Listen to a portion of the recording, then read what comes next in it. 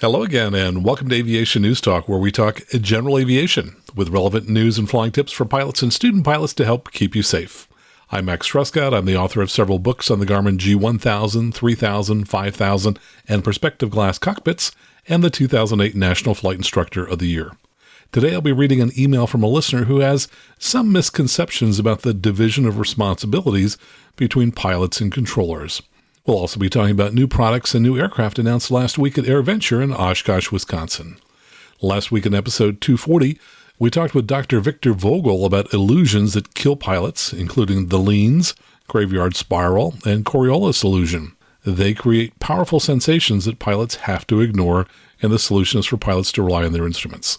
So if you didn't hear that episode, you may want to check it out at aviationnewstalk.com/240.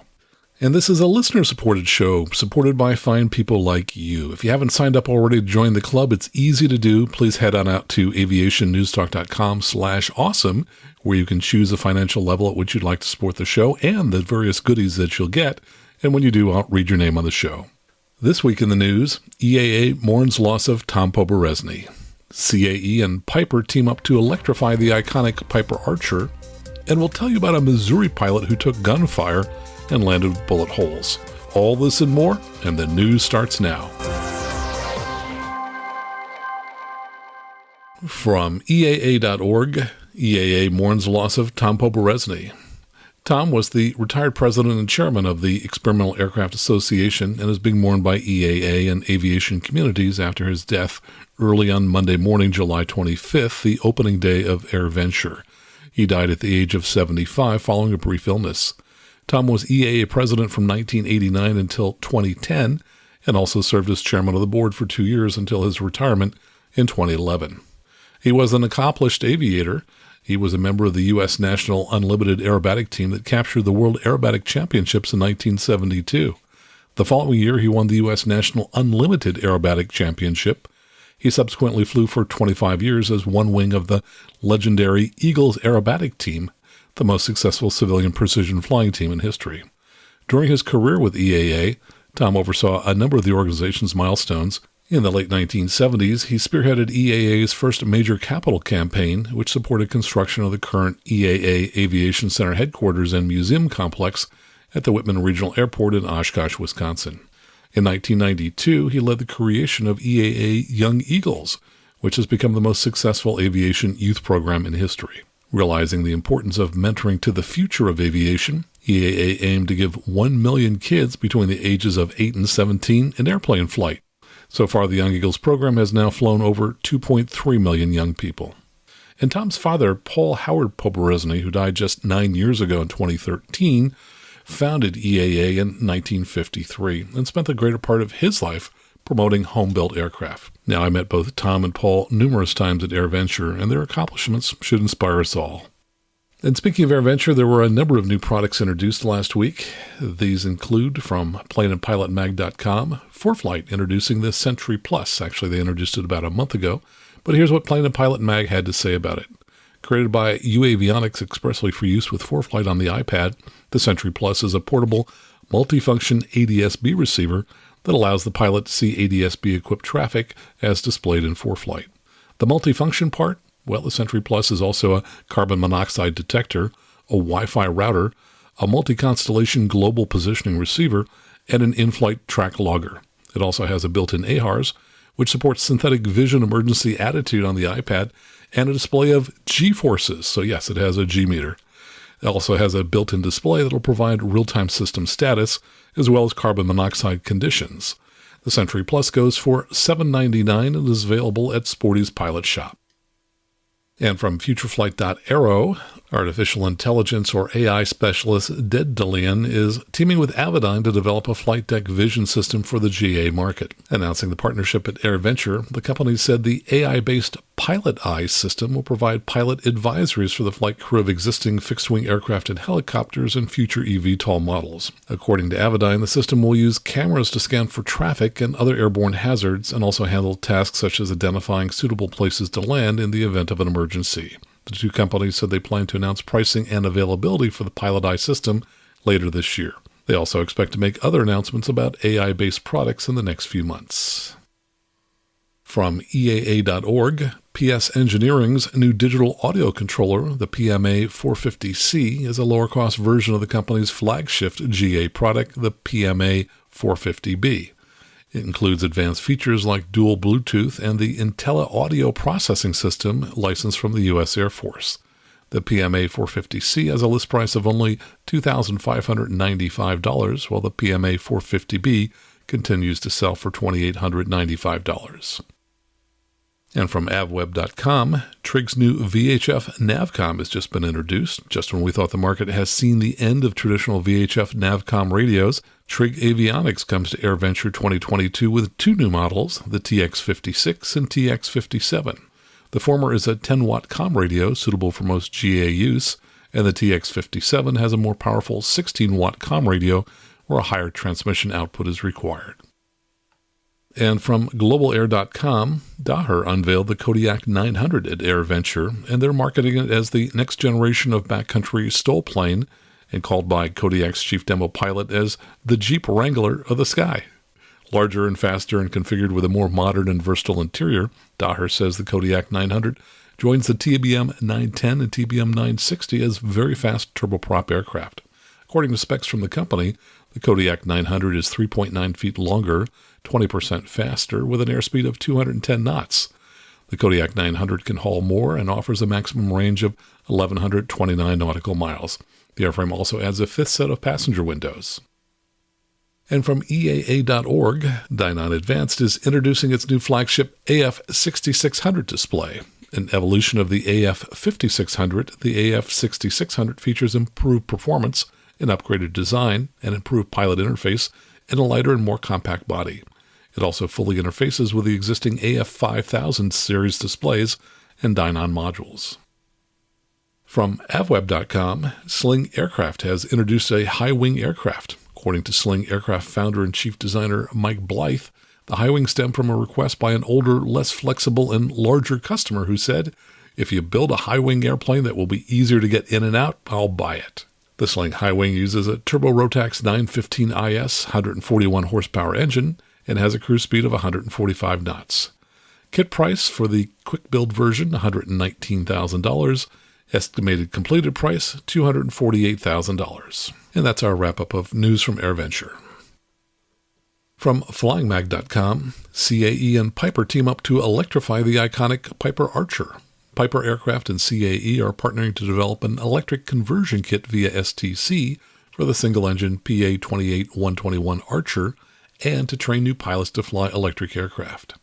Canada-based CAE will also develop training and support services for operating the newly electrified aircraft. Over the next 3 years, CAE will convert 2/3 of its Archer training fleet, making it the first to develop a curriculum for new pilots to train on the operation of electric aircraft, the press release said. With 28,000 aircraft in global service, the PA-28 is the ideal platform for real-world flight training curriculums and professional pilot training programs like CAE, said Piper Aircraft President and CEO John Calcagno. The conversion kit is expected to include custom-designed electric battery packs manufactured by H55 of Switzerland, which is collaborating with CAE. H55 was a technological spin-off of Solar Impulse, the long-range experimental solar-powered airplane that made headlines a decade ago.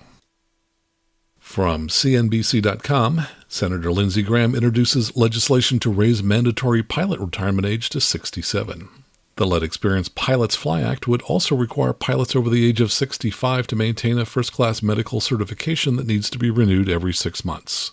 At a news conference, Graham said, "We've got to get more people in the queue to be pilots, but we also have to adjust our age in a reasonably rational way to keep people in the cockpit. Other countries allow people to fly to 67 and beyond, and I'm confident that this is a bipartisan issue." The proposed legislation would not change any other pilot qualifications and would require airlines to continue using training and qualification programs approved by the FAA. The FAA didn't immediately comment on the bill. In 2007, the mandatory retirement age for airline pilots was raised to 65 from age 60. From WWMT.com, which I believe is a TV station in Michigan, NTSB says pilot of crashed airplane was not instrument rated. The NTSB said the pilot of a small plane that crashed in western Michigan in poor weather, killing himself and a passenger, did not hold an instrument rating to fly in such conditions. The single-engine plane Cessna crashed July 15 in Oceana County's Shelby Township, killing pilot Raymond Gundy, age 56, of Muskegon County, and his passenger Troy Karras, 48, of Holton, Michigan, state police said. Two commercial pilots at the airport observed the departure. The report said, quote, one reported that the ceiling at the time was no higher than 100 feet, and the other said the plane entered IMC as it crossed a road about 1,300 feet past the departure end of the runway. Both witnesses reported visibility was poor and it was raining at the time, the report said. And from ColoradoSun.com, NTSB says pilot in fatal 2021 plane crash southwest of Denver was flying too low in the mountains. The pilot who died when his small single-engine propeller plane crashed last year near Conifer was flying too low for the mountain terrain he was in, according to federal air crash investigators. The NTSB last week issued a final report on the April 3, 2021 crash in the mountains southwest of Denver that killed Lilone Lewis, a 66-year-old from Lakewood. The NTSB also found that the Magnus Aircraft Fusion 121 light sport plane that Lewis was flying stalled and that he subsequently lost control and crashed. The airplane was equipped with a parachute, but it wasn't deployed. Investigators found nothing mechanically wrong with the plane. Lewis had taken off from the Colorado Air and Spaceport in Adams County the day of the crash. The NTSB says Lewis had started flying less than 4 years before the crash, and had been involved in two prior accidents, one involving a plane he was flying running out of fuel, and another in which he lost control during a landing. The FAA said Lewis also had 4 pilot deviations, or situations in which he failed to follow air traffic control instructions. From GeneralAviationNews.com, pilot crashes after failing to consider density altitude. The pilot stated that this was his third passenger-carrying flight of the day, and he determined his takeoff weight was about 146 pounds below max gross weight for the van's RV-6. For the takeoff from the grass strip in Imperial, Nebraska, he elected not to use flaps or the full length of the runway, leaving about 100 to 200 feet behind him. During the takeoff roll, he had the sense that the roll was taking longer than normal, and he began to be concerned about power lines at the end of the runway. When about 10 to 25 feet above the ground, he began a shallow bank turn to the right. Immediately after starting the turn, he flew over a cornfield and experienced a loss of lift. The airplane hit the cornfield, resulting in substantial damage to the right wing and fuselage. The pilot sustained minor injuries in the crash, while the passenger had serious injuries. The pilot noted that he listened to the density altitude reported on the AWOS for a nearby airport, but did not process the effects it would have on the accident flight. The density altitude was about 6,184 feet. Probable cause: the pilot's inadequate pre-flight performance planning and his decision not to utilize all available runway during high-density altitude operations, which led to an in-flight loss of control and subsequent collision with terrain. From GeneralAviationNews.com, stressed pilot panics when plane begins rolling forward. The pilot reported that while preparing to start the Cessna 177RG's engine, he felt stressed and rushed because he was departing later than planned, and the weather forecast along his intended route was forecast to deteriorate as the day progressed. He followed the checklist, although after the accident he was unsure if he had properly set the parking brake. He noted he may have inadvertently disengaged the brake with his leg or knee, which had happened before. After the engine did not start on the first attempt, he followed the flooded engine procedure, which included setting the throttle to the 1/2 position. When the engine started on the second attempt, the airplane began rolling forward. He attempted to stop using the brakes, but his sandals, which were wet, slipped off the rudder pedals. He further stated that, in a panic, I rapidly advanced the throttle instead of retarding it. The airplane hit a building at the airport in Lakeland, Florida, sustaining substantial damage to the right wing and engine mount. Probable cause: the pilot's failure to maintain control of the airplane during the attempted engine start. From avweb.com, co-pilot exits aircraft before emergency landing. Authorities in North Carolina are trying to figure out how and why the co-pilot of a CA-212 twin ended up in the backyard of a home in a suburb of Raleigh just before the pilot made an emergency landing at Raleigh International. According to an ATC recording, the unidentified pilot called ATC to report he was in trouble. "Emergency, we've lost our right wheel," said the pilot in the recording. "We'd like to speak to Raleigh and make an emergency landing at Raleigh." There's apparently no reference to the missing crew member. The aircraft, a 19-place Stoll turboprop twin built by CASA, which is now Airbus, went on to the airport to make a rocky but successful landing and skid into the infield. Shortly after, first responders found the body of the co-pilot, Charles Hugh Crooks, 23, in the backyard of a home. The pilot suffered minor injuries and was taken to a local hospital but released later that evening. It's unknown whether the co-pilot jumped or fell from the aircraft, and I'm sure we'll hear more about this story in the future. From FoxNews.com, British tourists killed by helicopter rotor blades in Greece, 3 arrested, including the pilot. A British tourist was killed by helicopter rotor blades after landing in Greece, and now the pilot and 2 members of the ground crew are facing negligent homicide charges, according to reports. A group of British tourists returning from Mykonos landed at a private heliport in Spada and were supposed to get into cars to head to Athens International, where they were planning to board a private jet to return to the UK. But after the chopper landed, Jack Fenton, 22 from Kent, died after walking into a still-spinning rotor blade on the Bell 407. The president of Greece's Committee for Aviation Accidents said 4 passengers, including Fenton, disembarked from the chopper and were escorted to a private lounge to await their flight back to London. But as they were in the lounge, the victim broke away and returned to the tarmac, rushing to the helicopter at a fast pace. Witnesses we spoke to said he had a phone to his ear and was walking fast to the aircraft, defying ground crew shouting to him, "Stop, stop." Within seconds, the tragic accident occurred. ANA, Greece's state news agency, reported that the pilot and 2 ground crew members were detained for questioning. A spokesperson for the Greek police told The Telegraph they were to face charges of negligent homicide and were transferred to Athens, where they will face a court hearing. How the accident happened is still under investigation. It was a very unfortunate incident. We hope that the British man's family will stay strong, the police spokesperson said. A judge will decide whether to release the 3 or remand them into custody. And finally, from OzarksFirst.com, Missouri man facing charges for allegedly shooting at a plane in Caldwell County. A 62-year-old Missouri man is facing multiple charges and could face federal charges following an incident involving an airplane being shot at on July 10th this year. The Caldwell County Sheriff's Office reported that Donald V. Bates, Jr. of Kidder, Missouri, was taken into custody following a search warrant. Bates is currently being held at the Caldwell County Jail on charges of attempted second-degree murder, first-degree assault, armed criminal action, unlawful use of a weapon, and first-degree property damage. According to court records, on July 10th, in an attempt to frighten the pilot of a crop duster flying near his home, Bates admitted he walked outside of his home where the crop duster pilot could see him. Bates stated he raised both of his arms wide open while raising his middle finger toward the pilot. Bates also admitted that he had a 12-gauge shotgun visible in his right hand while confronting the pilot. Bates believed the pilot was flying too low near his property, and he, quote, just wanted him to stop.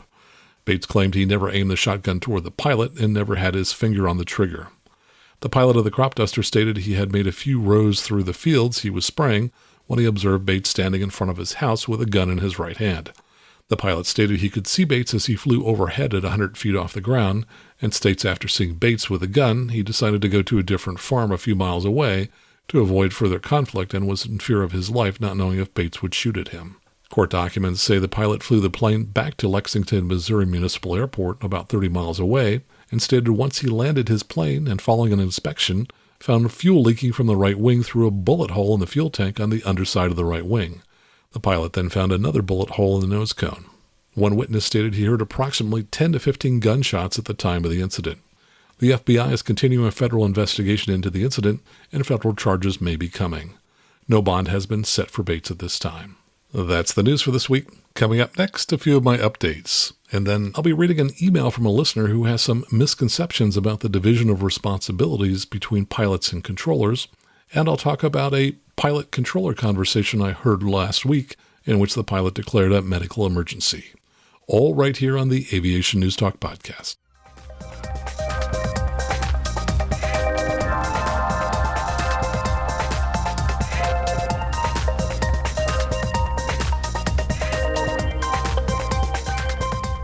And let's start with some good news. Congratulations to Patreon mega supporter Kevin Hendrickson. He passed his instrument and his commercial within just a few days of each other, both in Cirrus Aircraft. I've flown with him a number of times, and he's also flown with a number of other people. Great pilot. So Kevin, congratulations. And for anyone else who is listening, if you have good news to share, you've passed a check ride recently, go out to aviationnewstalk.com, click on Contact at the top of the page, and let me know so we can share it with everyone else. Now, I have had an extremely busy flying schedule. I flew 13 days in a row, which must be a record for me, before I then took 2 days off. So quite busy. But it included 3 different Vision jet jobs, which was a lot of fun. One of them involved flying commercial from San Francisco up to Seattle. And then from Seattle, I picked up a rented Vision jet with a couple, flew them out to Jackson, Wyoming, where we spent the weekend, and then reversed that, flew back to Seattle and then commercial back down to San Jose on the return trip. So great fun. I shot some video on that trip. I haven't looked at it yet, but hopefully it turned out well, and I'll post that at some point in the future for Patreon supporters. Also, I just flew today with a client on their first flight in a Diamond DA42-6, which is back on the line at the club where I teach. That's a 2021 pretty new aircraft.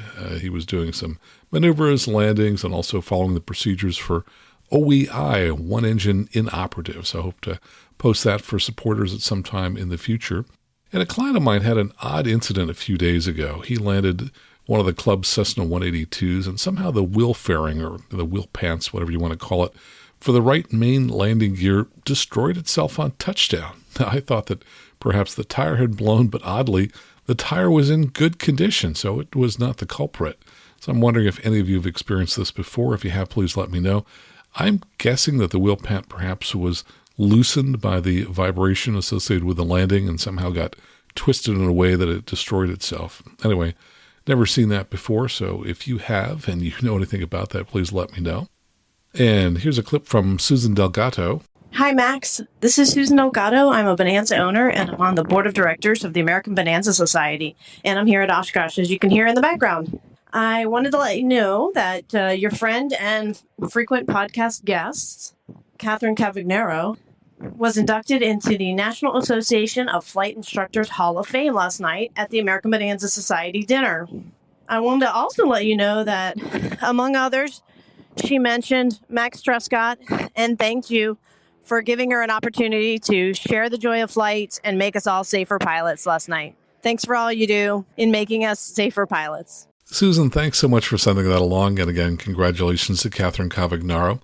And if you'd like to send a note, just like Susan did, it's really easy. Just go out to aviationnewstalk.com, click on Listener Question at the top, which will take you to our SpeakPipe app. Doesn't have to be a question, could be anything you'd like to share. You can record up to 90 seconds, and that audio will be sent directly to me. Now, Catherine was inducted into the Instructor Hall of Fame. Coincidentally, I wanted to mention someone else who is a member of that. I want to talk briefly about Tom Turner's Flying Lessons weekly newsletter. Now, he was inducted into the Instructor Hall of Fame in 2015. He's the executive director of the American Bonanza Society Air Safety Foundation, and we had him here on the show as a guest for episodes 169 and 176. And I wanted to quote something from his most recent newsletter, and it's regarding the accident in Las Vegas that we talked about recently. He said the accident at North Las Vegas has the same footprint as the Colorado accident. Now, he's talking about the mid-air collision that occurred last summer with a Cirrus and another twin-engine aircraft. The ground track for the Malibu looks like he was using the autopilot and probably turning the heading bug to conduct the turn and overflew his runway with tragic results. I'm seeing way too many pilots that get into these TAA, that's technically advanced aircraft, rely on the automation to the point it is almost negligent on their parts. I've grown accustomed to pulling the circuit breaker on the autopilots in these aircraft and going back to basics on how to fly the plane. Garmin and others are doing great things to bring information into the cockpits, yet I believe it is still the flight instructors that need to rein in how much automation is used and where it is used. I'm glad to see that the pilot of the Malibu and his wife were using good cockpit resource management, but their ultimate reliance on the automation may have cost 4 people their lives.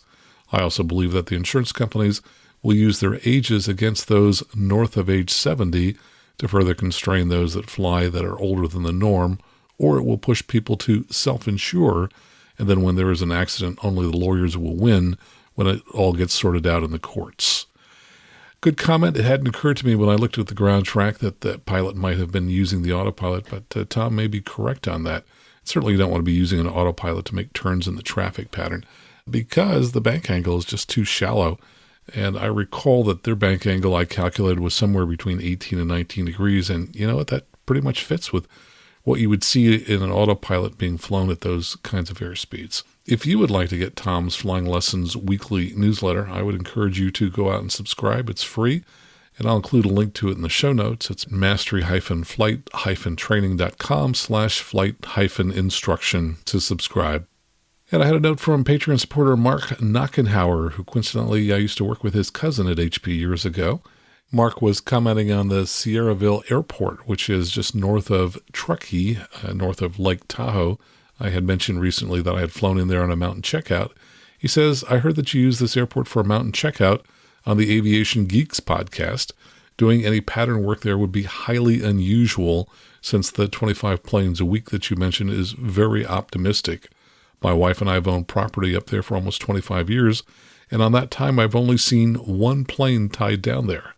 Most of what I heard about people flying in there is to go to the hot springs about a half mile up the road to the south of the airport. Good to know. Thanks for sharing that, Mark.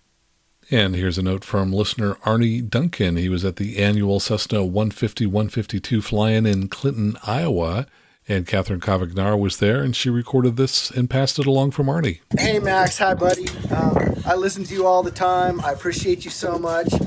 I have a story for you. I bought your book on GPS. I lost it. I bought another one. And then now, Max, are you ready? I pulled the chapter out of Garmin 480 and laminated each one and bound it. And it's in my Cessna 152, and I love it. Thank you. Thank you, brother. Yeah, that's a great story. Thanks so much for passing that along, Arnie. And please tell all your friends about Aviation News Talk.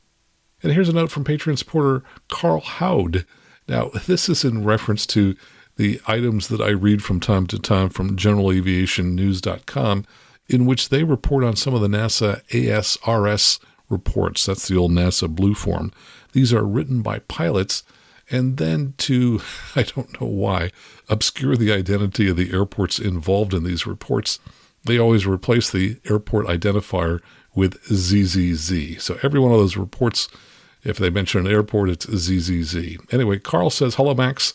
I've picked up an important safety technique from your show and ASRS reports. My new personal minimum is I will never fly to ZZ Airport under any conditions. Thanks, Carl. Well, that was definitely funny and made me laugh. So other listeners may want to avoid this very dangerous airport, ZZZ. So thanks for that note, Carl. And here's an email from Patreon supporter George Strohmeyer. He says, thanks for your reply. He'd written me about VOR approach. He says, you're a very busy guy, so appreciate the effort. The last couple of podcasts have been really great. I felt challenged about the VOR approach at Concord, California. That's KCCR. So I went out and tried it last Sunday, and it went okay. Only used VORs, even to find the missed approach holding point. Have been trying to prepare an alternate departure airport return from Palo Alto in case of a problem taking off into IMC.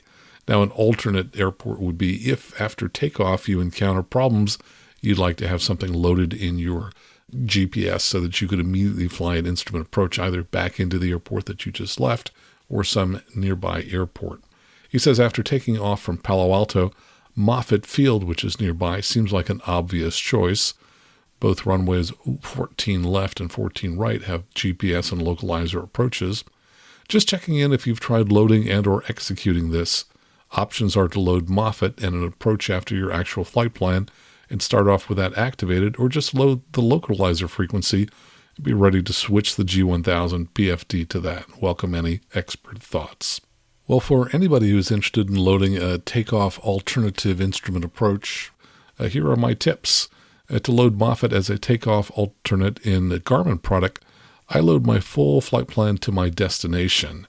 Then before takeoff, I hit the proc key, which will bring up the instrument approaches for the destination airport, which is not what I want. So then I press the FMS knob, which acts like an escape key, and then I turn the outer FMS knob to highlight the airport on the proc screen, which would be my destination. And then I start twisting in the nearby alternate that I want to use. In this case, you would twist in KNUQ, and then you would see after you hit the enter key, the approaches for Moffett, then load one of those approaches. So that's how you can add an instrument procedure to the end of your flight plan without having to have the airport in your flight plan. Hope that helps. And here's an email from Patreon supporter Mike Jesh down in SoCal. He says, "Hi, Max. I finally got around to listening to your latest episode 236. In it, you ask about plus V approaches in a Cessna 182 G1000 Navigator. I suspect the G1000 operating software has not been updated. We had to update our GNS 530W software just around that time frame to gain that capability. That's the plus V capability for LP approaches, and I wouldn't be surprised if the G1000 worked the same way. Our pilot group also received the donation of a Redbird TD2 simulator with a Cessna G1000 cockpit. I had to update this software last year as well to gain this capability. Hope this helps. Thanks so much for sending that along, Mike. And interestingly, I did fly a 182 recently, which did not have the plus V capability, so I don't know if they hadn't updated the software or perhaps that functionality wasn't added until the G1000 NXI was introduced into the Cessnas somewhere around 2017, as I recall. And here's an email from Patreon mega supporter Arjun Gururaj. He says, "Looking forward to seeing your book. Episode 239 was sobering indeed with the 2 accidents. I have much experience in IMC on the California coast, and I will tell you that having my Garmin G1000 NXI with terrain, etc. is a lifesaver.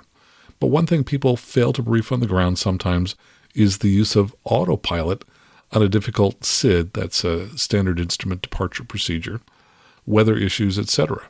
In low conditions, as the doctor encountered, I have flight director on, autopilot mode selected, and usually waiting to 400 feet AGL to engage, all briefed before wheels up. This accident is eerily similar to 2 recent accidents out of, I think, an airport close to Tahoe, both fatal.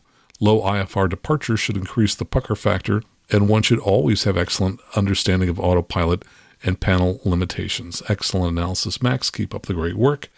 And as long as you're mentioning the SIDS there, I will once again repeat what I've said many times. Anytime you have a departure procedure loaded, don't just load it and fly it. You need to pull out your charts because there's a lot of valuable information on those charts, which sometimes you can't find in your GPS navigator. Thanks so much for your email, Arjun. And here's an email from patron supporter Jackson Maddox. He says, "As a glider pilot and power pilot, I appreciate your talk about best glide and minimum sink. When you spoke about the Glide Advisor, it occurred to me that not everyone has ForeFlight, and there's a handheld method available to everyone. Nate Jaros, the author of Engine Out Survival Tactics, explains it very well. The gist of his advice for estimating whether or not you'll make it to your intended landing spot is to hold your fist out at arm's length. Put the top of your fist on the horizon. The bottom of your fist represents a 10-degree glide path. Now hold out 3 fingers using the same technique. The bottom finger is at 5 degrees. Most GA planes drop about 10 degrees. Therefore, your intended landing spot needs to be a titch below the 3rd finger and the bottom of your fist. If your intended landing spot isn't visible between these 2 points, you aren't going to make it. This works for anyone of any size. Taller people have longer arms, and their fist will be further away, maintaining the same degree measurement. Anyone can calibrate their hand using the Big Dipper, he says, see below. I hope you find this information helpful. Regards, Jackson. And he includes a link to Nate Jaros' book, which is at engineout.weebly, WEEBLY.com, and I'll include a link to that in the show notes. And we heard from patron supporter Rick Schultz, who added at the bottom of his note, he says, as an aside, the eureka moment for me while listening to episode 236 that inspired my sponsorship to sign up to support the show was when you specifically mentioned the newer AIM 1-2-3 C5 and Draft AC 90-119 standards, allowing GPS in coordination with monitoring the VOR on a secondary radio. Also, the specific prohibition of using this method on an ILS localizer approach. Well, Rick, thanks so much for sharing why you decided to sign up and become a member to support the show. And let me talk about some other members. See if you know any of these people. First, we have a new mega supporter. These are the folks who donate $50 a month, and after 2 months, they'll get one of my signed books. And this is Phil. So I don't know Phil's last name, but I will tell you more about Phil as soon as I've been in touch with him. We also have several other new supporters, including Patrick Butler, who signed up at the $35 a month level, so he gets access to my online courses. Jerry Niemeyer signed up at the $20 a month level, so he gets access to the videos that I post about 3 times a month. And I think Jerry's was a gift subscription. I had an email from Mac Apodaca, who also signed up at the $20 a month level. And Mac wrote, "My flight instructor at Livermore Airport, Jerry Niemeyer, turned me onto your podcast last week. My daily commute to work from San Jose to Alameda has never felt shorter. Thank you for all the fascinating news, analysis, and insights. As a kid, I would drive my go-kart to the Denver City, Texas airport, that's Echo 57, situated in the middle of the oil fields, and sit next to the runway dreaming of flying. Jerry is now helping me make my dream a reality, so I'd like to gift a membership to the show via Patreon." He says, "However, I don't see how I can do it as a gift on the Patreon website." He says, "A little background, Jerry is 82 years old and has been flying since he was 13 after 8 hours of initial instruction. In addition to being a former Santa Clara County Sheriff, he has piloted for Cessna, Piper, and United Airlines with something like 33,000 logged hours. He was even in the Space Shuttle training program until untimely events." Mac, thanks so much for sending that along. And right now, Patreon is not set up to do gift subscriptions, though there is kind of a workaround.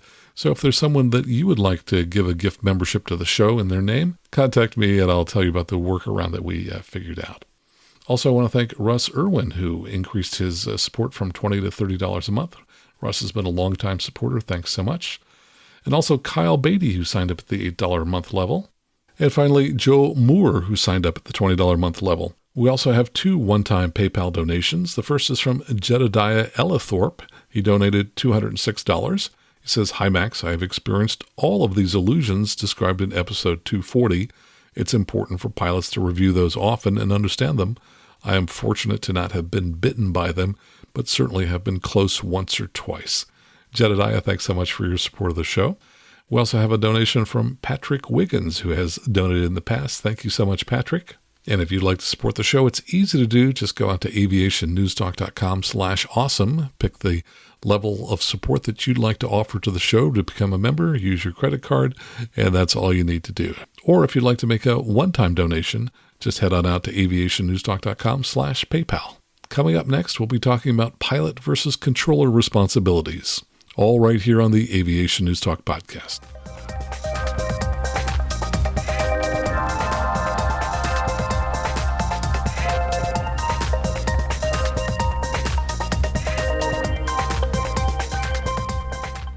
Well, let's talk about the division of responsibilities between pilots and controllers. I was prompted to do this as I received an email that highlighted a few misconceptions the writer had and that some other pilots may have as well. First, let me say that we all go through a pilot learning and skills life cycle. We start with an eagerness to learn to fly and initially are amazed at how difficult it all seems.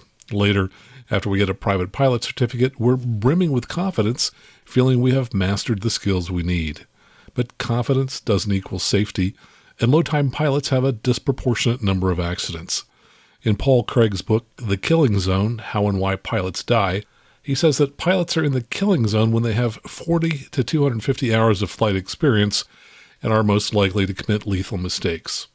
And unfortunately, low-time pilots are the ones most likely to overestimate their skills. That's known as the Dunning-Kruger effect.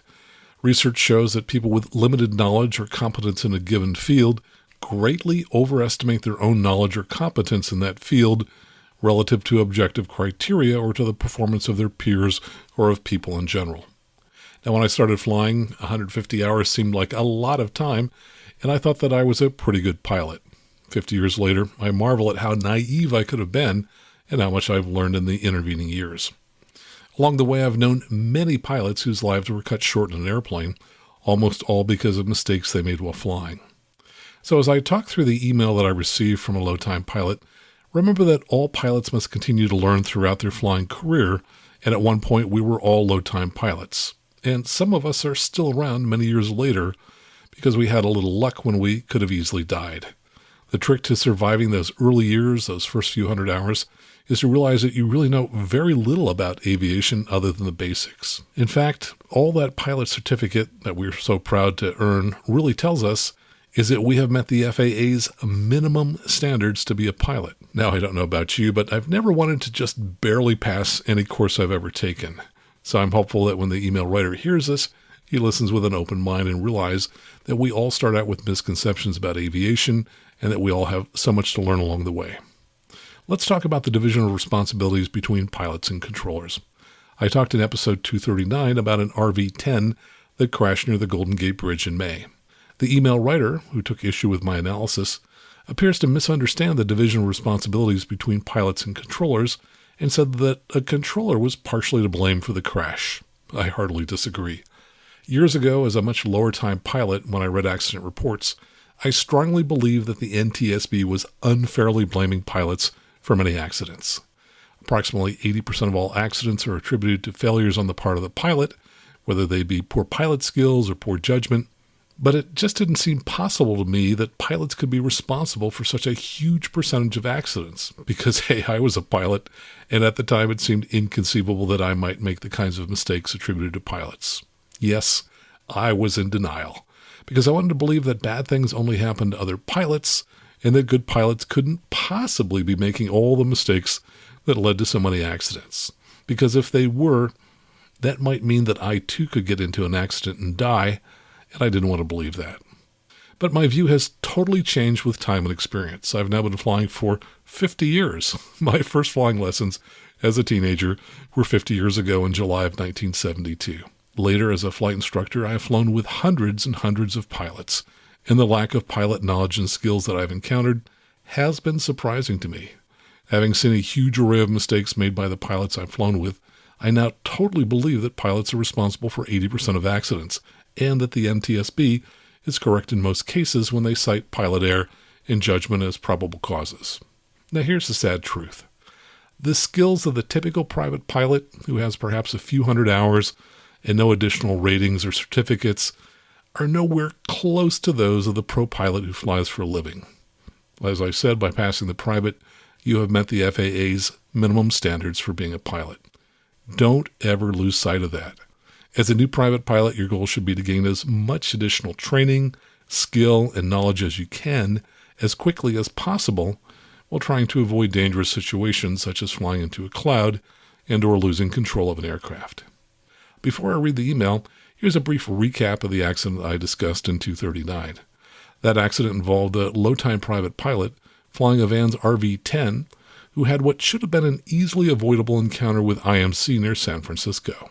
Relying on the San Francisco terminal chart, which shows a route along the coast and has a note that says Pacifica VFR transition routes ATC clearance required, he asked for a clearance for the Pacifica VFR transition route, and ATC replied, maintain VFR.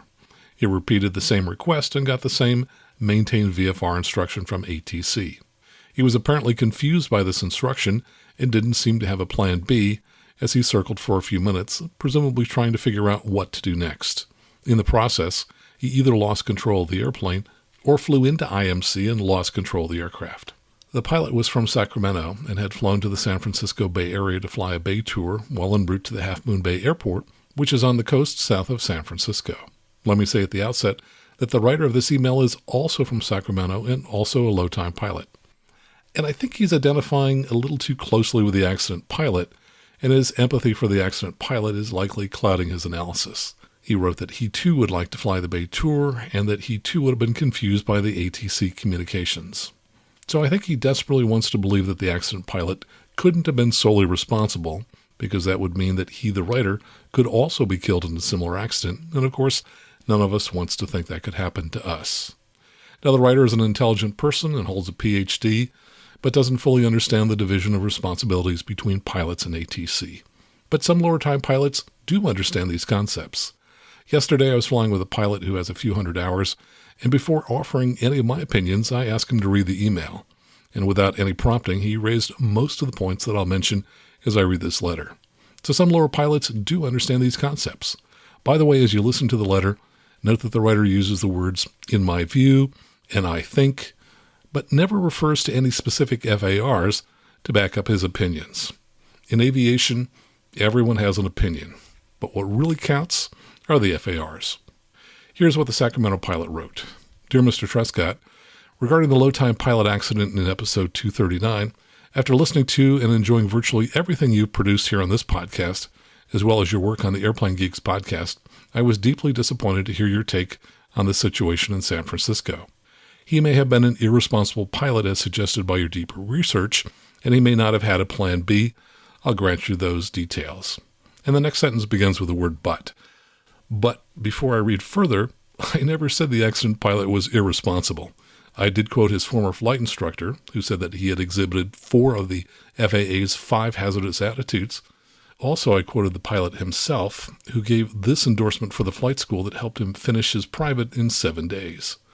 Wanted to let you know that I am more than thrilled with the program you have. I have learned more in 7 days than a year of dicking around with the flight school I was in. I am so much more confident and such a better pilot. And as I said, there were numerous comments about the pilot's macho attitude expressed by that statement. Here's the rest of the email.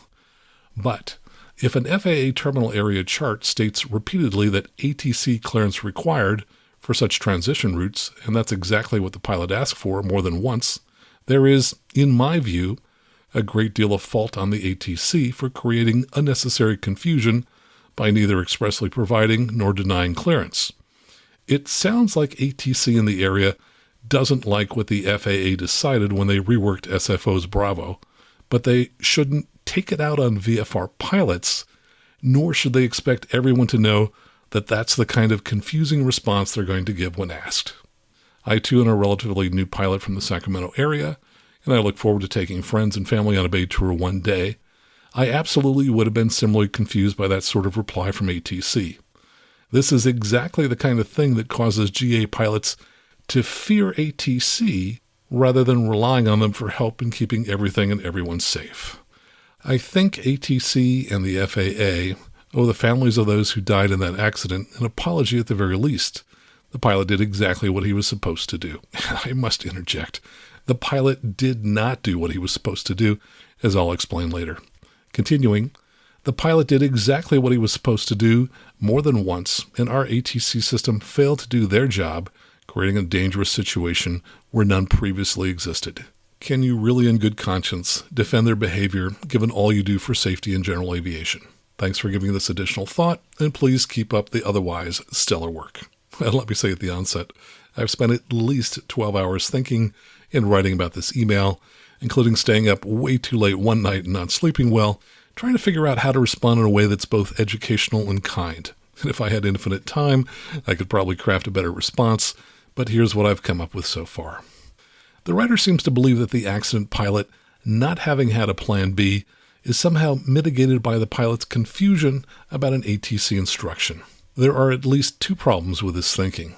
First, having a plan B or an alternative, in case things don't work out the way a pilot thought they would, is not just something that would be nice to have or something that is optional. It's actually required by the FARs for most flights. And it's so important that student pilots are required to have logged ground instruction during the training on this exact topic. Your CFI has to have signed off that he or she taught this to you. Let me read from 61.105 Aeronautical Knowledge. General. A person who is applying for a private pilot certificate must receive and log ground training from an authorized instructor or complete a home study course on the aeronautical knowledge areas of paragraph B of this section that apply to the aircraft category and class rating sought. B, aeronautical knowledge areas. It then lists 13 topics, and number 13 is pre-flight action that includes I, how to obtain information on runway lengths at airports of intended use, data on takeoff and landing distances, weather reports and forecast, and fuel requirements, and II, how to plan for alternatives if the planned flight cannot be completed or delays are encountered. To teach this, your CFI would have referred to FAR 91.103, which I'll read in part. 91.103 Pre-Flight Action. Each pilot in command shall, before beginning a flight, become familiar with all available information concerning that flight. This information must include A, for a flight under IFR, or a flight not in the vicinity of an airport, weather reports and forecast, fuel requirements, alternatives available if the planned flight cannot be completed, and any known traffic delays of which the pilot in command has been advised by ATC. So the accident pilot apparently failed to do not one but 2 things in this single FAR. First, it said the pilot had to become familiar with all available information concerning that flight. It doesn't say, if you look at a chart, that's sufficient. What could the accident pilot have done? Well, the same thing I've done on occasion. A few years ago, I was flying into Santa Monica, and there was something that wasn't clear to me from the chart, so I called a fellow CFI I knew who flew in that area, and in less than a minute, he told me exactly what I needed to know. Yesterday, when I asked the pilot with a few hundred hours to read this email, he said, "Local knowledge is king," something I've said for years. There are lots of things that are important to know that you won't find on a chart. So to pilots everywhere, let me say, please don't be naive and believe that you can fly into complex airspace like San Francisco, as the accident pilot did, or Los Angeles, as I did, and that you can figure out everything you need to know by looking at a chart. Because sometimes you can't. The accident pilot could also have done what I've done on multiple occasions, which is to phone NorCal Approach. They do pick up the phone when you call, and they will answer any question you have about flying in their airspace. The same is true for any approacher center in the U.S. Your tax dollars pay for ATC. You are their customer, and they will answer your questions. And in the process of finding out all available information concerning that flight, you don't have to limit yourself to FAA sources of information. There is this amazing thing out there called the internet. If you go into Google and type "how to fly the San Francisco Bay Tour," how many results would you guess there are? 100? Maybe 1,000? Maybe 10,000? No. There are 22 million results listed for how to fly the San Francisco Bay Tour. Clearly, the accident pilot did not get all information concerning this flight. 91.103 also says, for a flight not in the vicinity of an airport, and San Francisco is not in the vicinity of any airport in Sacramento, a pilot must have alternatives available if the planned flight cannot be completed. The fact that this pilot circled for several minutes, apparently trying to figure out what to do next, shows he clearly didn't have any alternative as required by the FARs. So he failed to do two things required by 91.103. He didn't get all available information concerning that flight, and he didn't come up with any alternatives or a plan B if the flight could be completed as planned. But these failures are minor compared to the accident pilot's interaction with ATC, and the writer seems to share the same confusion as the pilot. The writer said, "There is, in my view, a great deal of fault on the ATC for creating unnecessary confusion by neither expressly providing nor denying clearance." Really? Apparently the accident pilot and apparently the writer are unfamiliar with the meaning of the phrase maintain VFR. Yet it is the most universal instruction that ATC can issue, and it gives a pilot the broadest amount of latitude to do whatever he or she chooses to do. Maintain VFR means you are now authorized to fly in any direction you choose and at any VFR altitude you choose. The only restrictions are that you aren't permitted to fly in the clouds or in a Class B. Despite the simplicity of that instruction, I think we can all agree that the accident pilot probably didn't understand it. If he had, he would have proceeded on course to Half Moon Bay, and I'll talk more about that in a moment. The writer also wrote, "It sounds like ATC in the area doesn't like what the FAA decided when they reworked SFO's Bravo, but they shouldn't take that out on VFR pilots, nor should they expect everyone to know that that's the kind of confusing response they're going to give when asked." As I mentioned earlier, ATC is part of the FAA, and the reworking of the San Francisco Class Bravo was led by a team of people at NorCal Approach, which is part of ATC, which is part of the FAA. So it's really NorCal's chart. It wasn't shoved down their throats. They designed it. As for taking it out on VFR pilots by giving confusing responses, I'd have to guess that the writer doesn't have much interaction with tower controllers and or NorCal Approach, and probably has never met a controller. Candidly, those comments are both demeaning and insulting to controllers. 99% of my interactions with controllers are exemplary. These people work hard to keep you safe, and to suggest otherwise suggests you haven't had much interaction with tower controllers or NorCal Approach. I would encourage you to visit a tower or visit NorCal Approach, which is actually located very close to Sacramento, and learn more about what these people do. The writer also said, "I absolutely would have been similarly confused by that sort of reply from ATC.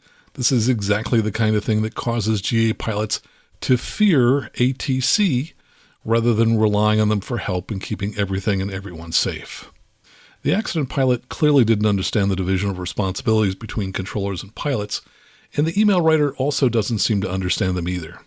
The writer is seeking to blame ATC for the pilot's confusion. But that's not where the blame lies. To think otherwise is to believe that controllers are mind readers. They're not. They don't know when pilots are confused.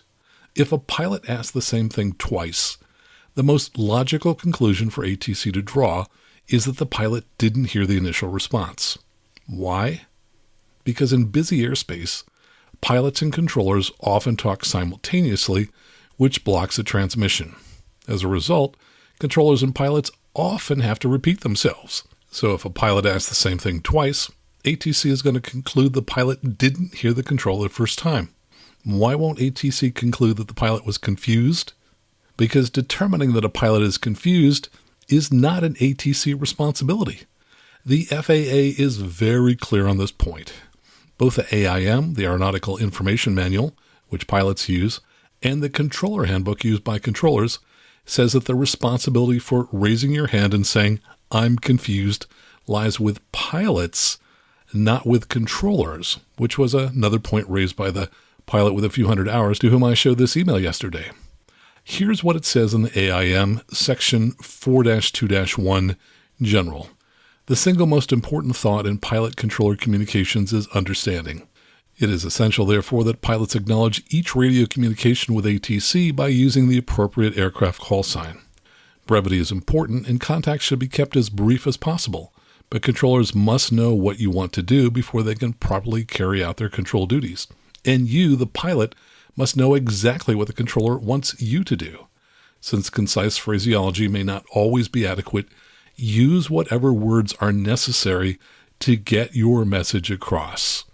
So the accident pilot could have said, "NorCal, does maintaining VFR mean I can fly to Half Moon Bay now?" That would have been really simple, but the pilot never asked for clarification. And if we go to Section 5 of the AIM, Section 5-5-2, Pilot Controller Roles and Responsibilities, it makes it very clear that the pilot is responsible for this.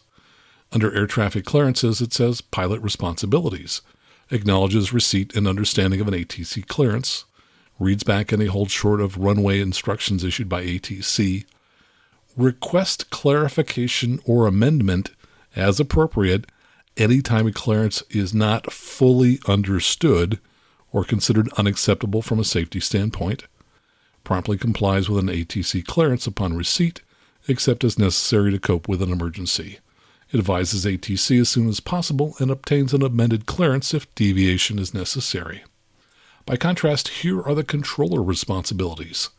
Issues appropriate clearances for the operation to be conducted or being conducted in accordance with established criteria.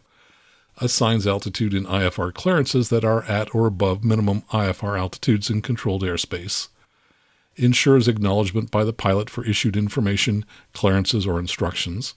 Ensures that readback by the pilot of altitude, heading, or other items are correct. If incorrect, distorted, or incomplete, makes corrections as appropriate.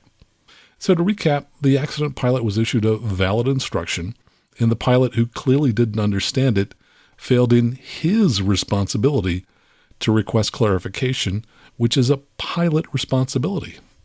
The writer had another point I'd like to address. He wrote, "But if an FAA terminal area chart states repeatedly that ATC clearance required for such transition routes, and that's exactly what the pilot asked for more than once, there is, in my view, a great deal of fault on the ATC for creating unnecessary confusion by neither expressly providing nor denying clearance." I think that the writer is saying that the terminal area chart is inconsistent with the phraseology used by ATC when issuing instructions along transition routes in the San Francisco Bay Area, and that that's unfair because it confused the accident pilot just as it would have confused me, so if I had gotten confused and crashed, it wouldn't have been my fault, it would have been the fault of ATC. Let that sink in for a moment. Okay, the writer is correct that the chart is inconsistent with the phraseology used by ATC. But let me ask you this. Is there really anything that ATC could say to you while in day VFR conditions that would cause you to crash? Seriously, what could they say to you that would cause you to lose control of an aircraft? Nothing, right? So clearly ATC is not to blame for this crash. But I think the writer is also saying the chart is wrong, that's unfair, this isn't the way it should be. That may be totally true. But instead of complaining that the system isn't perfect, why not devote more effort to learning how this imperfect system works and how to safely fly within our imperfect system? Personally, I get a lot of satisfaction out of learning the nuances of the system, and I pride myself on my ability to work with the system as it is and not how I wish it might be. Let me give you some examples of where the system is inconsistent. The Coyote Hills are located about 7 miles southeast of the Hayward, California airport. If you fly at less than 1,000 feet MSL above those hills, you will be fined. If you look at the San Francisco terminal chart, you won't find any restriction to fly below 1,000 feet over the hills. But there's a California state law that prohibits flying below 1,000 feet in this area. Is that fair? Probably not, but that's the way it is. And here's another example. Years ago, a helicopter pilot filming the Big Sur Marathon was fined for being below 1,000 feet. At the time, there was nothing on the chart indicating the state law that says flight below 1,000 feet was prohibited, and the FAA even testified in court on the pilot's behalf. But the pilot lost the case and was fined $10,000. Fair? Probably not, but that's the way it is. As I said earlier, local knowledge is king, and you can't learn everything you need to know from a chart. But you can take pride in learning everything you possibly can about how to fly safely in the system. And as I tell pilots all the time, when you're doing something that could kill you and your passengers, you really want to learn as much about it as you can, don't you? Finally, the writer wrote, "This is exactly the kind of thing that causes GA pilots to fear ATC." Really? I mean, you fear ATC? I mean, it does sound like you've never met a controller. Do yourself a favor, phone your tower, and tell them that you'd like to visit. When you meet controllers, you'll lose your fear. They are just people doing a job. And while sometimes over the radio they may sound like the voice of God, they are not at all intimidating in person. I mean, one of the controllers I met on one of my many tower visits was a 25-year-old wearing shorts. Are you really intimidated by a 25-year-old wearing shorts? I doubt it. So get to know some controllers and get over your irrational fear of ATC. They really do want to help you, but you have to understand your responsibilities, which require you to tell them when you are confused. Here's some other thoughts on pilot responsibility. Remember back when you took the private airplane knowledge test, which most people call the written? There are a number of questions on that test which ask, who's responsible for this and who's responsible for that? And they are the easiest questions on the test, because the answer to every one of those questions is the pilot in command. So stop trying to blame controllers. Do you really want to surrender your pilot in command authority to them and have them responsible for your fate? Heck no. Embrace your pilot command authority and be responsible for all aspects of the safety of your flight. Here's what the FAA says about pilot responsibility. In FAR 91.3, responsibility and authority of the pilot in command, A, the pilot in command of an aircraft is directly responsible for and is the final authority as to the operation of that aircraft. B, in an in-flight emergency requiring immediate action, the pilot in command may deviate from any rule of this part to the extent required to meet that emergency.